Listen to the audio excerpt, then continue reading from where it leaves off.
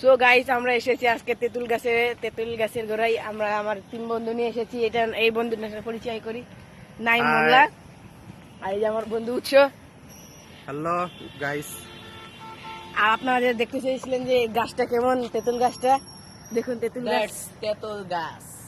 গাছের পাশের প্রকৃতিটা দেখুন কত সুন্দর।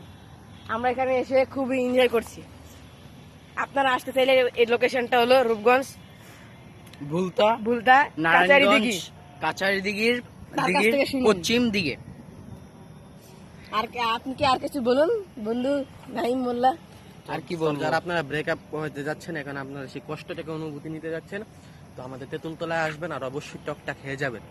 একবার খেয়ে যাবেন জাস্ট, শুধু আপনি বিশ্বাস করতে পারবেন না যে আপনি ছেঁকা খাওয়ার মতন অনুভূতি পাবেন।